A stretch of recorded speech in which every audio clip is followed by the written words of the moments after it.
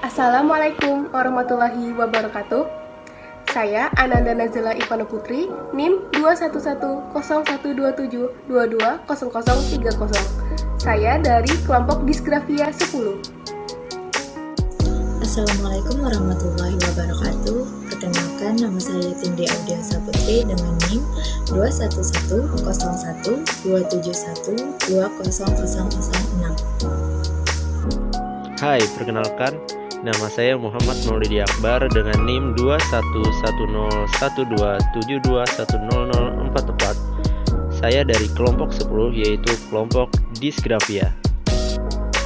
Assalamualaikum warahmatullahi wabarakatuh. Perkenalkan, nama saya Nurul Hidayah dari kelompok 10 Disgrafia.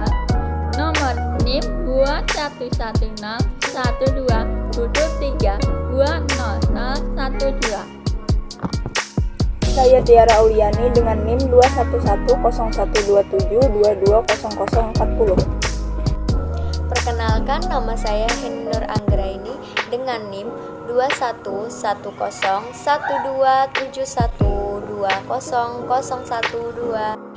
Perkenalkan, nama saya Dewi Rizka Delia dengan NIM 2110171200011.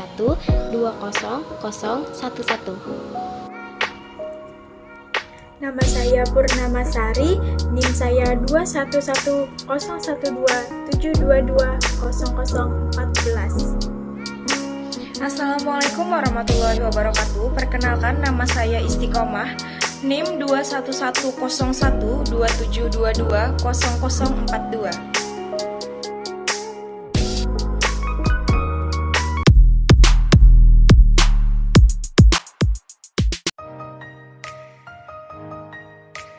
Pengertian disgrafia. Disgrafia adalah kesulitan dalam menulis atau mengekspresikan pikiran dan perasaan ke dalam bentuk tulisan. Gangguan disgrafia umumnya diderita anak ketika dia mulai belajar menulis tangan. Anak yang mengalami disgrafia tidak dapat menyusun kata-kata dengan baik, tidak bisa mengkoordinasikan motorik halusnya atau tangan untuk menulis. Dengan kata lain, anak disgrafia adalah anak yang mengalami kesulitan dalam belajar menulis. Anak-anak disgrafia sama dengan anak normal lainnya, namun mereka memiliki hambatan untuk menuangkannya ke dalam tulisan. Walaupun mereka memiliki hambatan dalam menulis, mereka bisa saja berbicara dengan normal maupun kemampuan lainnya. Karakteristik disgrafia. Pada umumnya, anak-anak yang menderita disgrafia menunjukkan semua atau beberapa gejala. Yang pertama, terdapat ketidakkonsistenan bentuk, huruf, dan tulisannya. 2. Saat menulis, penggunaan huruf besar dan huruf kecil masih tercampur. 3. Ukuran dan bentuk huruf dalam tulisan tidak proporsional. 4. Anak tampak harus lebih berusaha keras saat mengomunikasikan suatu ide. 5. Pengetahuan atau pemahamannya lewat tulisan. 6. Sulit memegang ballpoint ataupun pensil dengan mantap. Cara memegang alat tulis seringkali terlalu dekat, bahkan hampir menempel dengan kertas. 7. Berbicara pada diri sendiri ketika sedang menulis atau malah terlalu memperhatikan tangan yang dipakai untuk menulis. 8. Cara menulis tidak konsisten, tidak mengikuti alur garis yang tepat dan proporsional. 9. Tetap mengalami kesulitan meskipun hanya diminta menyalin contoh tulisan yang sudah ada. Di sini saya akan menjelaskan klasifikasi disgrafia. Nah, menurut Yusuf, jenis-jenis kesulitan menulis yang dialami oleh anak disgrafia adalah 1.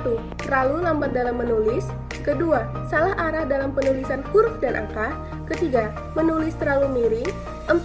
Jarak antar huruf tidak konsisten. 5. Huruf dan angka bentuknya terbalik. 6. Tidak tepat dalam mengikuti garis horizontal.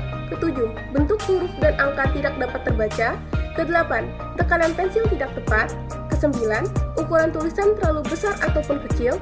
Dan terakhir, tulisannya kotor. B.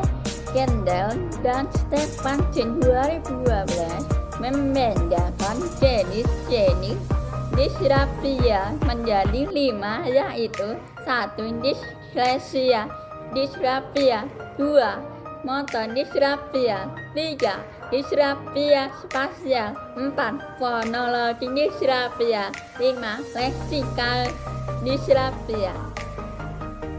Di sini saya akan menjelaskan apakah penyebab anak tersebut mengalami hambatan menulis atau disgrafia.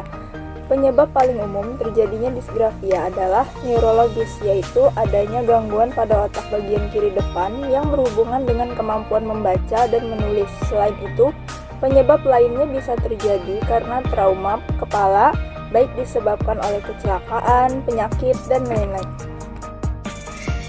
Learner 2000 menyatakan bahwa ada beberapa faktor yang menyebabkan disgrafia, yaitu gangguan pada motorik anak, gangguan perilaku yang dialami anak, gangguan persepsi pada anak, gangguan memori, gangguan tangan pada anak, gangguan anak saat memahami instruksi, dan gangguan melaksanakan cross modal.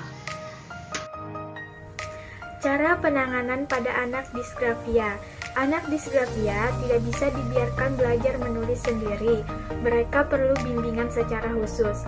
Terdapat beberapa cara untuk mengatasi kesulitan belajar menulis yang berkaitan dengan pengajaran menulis permulaan atau handwriting, antara lain yang dikemukakan oleh Abdurrahman pada tahun 1998, bahwa terdapat 15 jenis kegiatan yang berfungsi untuk remedial menulis untuk anak disgrafia, yaitu antara lain 1. aktivitas menggunakan papan tulis, 2. bahan lain untuk latihan gerakan menulis, yang ketiga posisi saat belajar menulis, yang keempat kita menyiapkan kertas untuk belajar menulis, yang kelima belajar cara memegang pensil, yang keenam kita dapat menggunakan kertas stensil atau kertas karton untuk berlangsungnya belajar menulis, yang ketujuh ada menjiplak.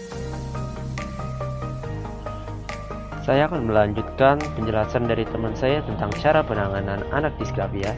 Untuk yang ke-8 yaitu menggambar antara dua garis. Contohnya saja, kita suruh anak membentuk dua garis saling berdampingan. Terus di antara garis tersebut kita suruh anak menggambar suatu garis zigzag atau garis lengkung seperti itu. Untuk yang ke-9 yaitu titik-titik, dan untuk yang ke-10 yaitu menjiplak dengan semakin dikurangi. Pertama kita suruh anak untuk menggambar menjiplak suatu balok, tetapi cuma setengah baloknya saja di gambarnya. Seperti membentuk suatu siku-siku, terus siku-siku satunya lagi itu anak yang melanjutkan. Untuk yang 11 yaitu buku bergaris 3. Untuk buku bergaris 3 itu bukunya seperti buku biasa saja, tetapi ada banyak garisnya biar anak lebih mudah untuk menulis huruf atau menggambar untuk menjadi besar atau kecilnya. Untuk yang ke-12 yaitu kertas dengan garis pembatas. Kertas dengan garis pembatas yaitu seperti kertas biasa, tetapi di samping-sampingnya ada garis pembatas biar anak tidak berlebihan menulisnya gitu. Untuk yang ke-13 yaitu memperhatikan tingkat kesulitan penulisan huruf. Kan beberapa huruf ada yang agak sulit buat anak-anak tersebut. Dengan itu kita membantunya, yaitu dengan nomor 14 membantu dengan bantuan verbal. Apa sih bantuan verbal itu?